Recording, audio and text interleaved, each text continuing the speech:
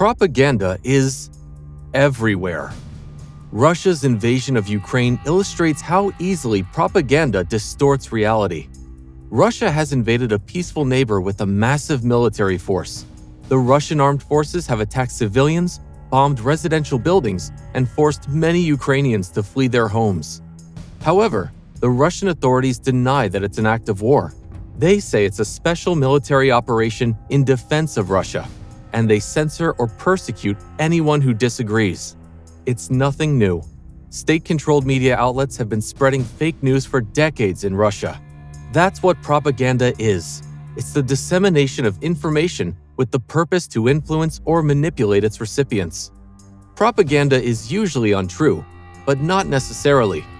If you go around town telling everyone, "I have beautiful hair," with the sole aim to manipulate the public opinion in your favor, that's propaganda. Even if you have a fantastic hairdo, you're spreading this information not to inform, but to influence. Fake news, on the other hand, is propaganda that's been made to look like news. Fake news is also always fake. It's a deliberate attempt to deceive the audience. Fake news is misinformation, exaggeration, and completely or partly untrue stories. Fake news is publishing a news article about your amazing hair when you're actually bald. Propaganda and fake news are nothing new. In his book Commentaries on the Gallic War, Julius Caesar described his war campaigns in Gaul. He claimed, among other things, that Romans fought Gallic forces that numbered up to 400,000, which is an impossible size for an army at that time. What's more, Caesar claimed that the Romans suffered no deaths against this massive force. Historians agree that a lot of these claims are false. Caesar sent dispatches to Rome about his campaigns to boost his prestige. That's fake news, Antiquity Edition. Propaganda can also be used for good. In the 1940s, the U.S. Forest Service introduced Smokey Bear and the famous slogan, "Remember, only you can prevent forest fires." This massively popular campaign made Smokey an icon of U.S. popular culture and, hopefully, prevented a few forest fires. Today, we often encounter malicious propaganda in the form of fake news. Fake news can take on many shapes: memes, videos, fake websites, troll comments, or a combination of them. Social media is an especially fertile ground for misinformation. Make up a polarizing story, slap on an attention-grabbing headline, share a link on Facebook, and many readers will fall for it. Fake news serves many objectives, none of them good.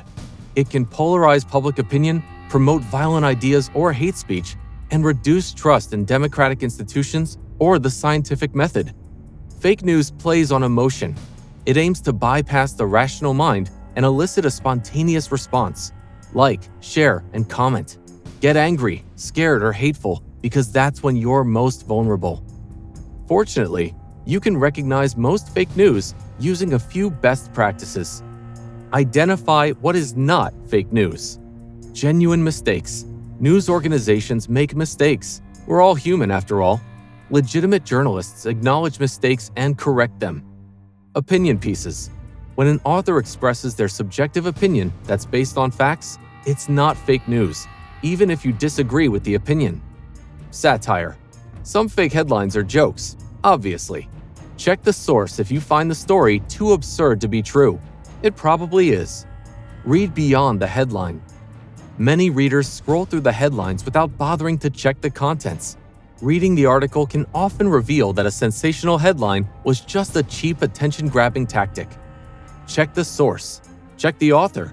Check the facts mentioned in the story.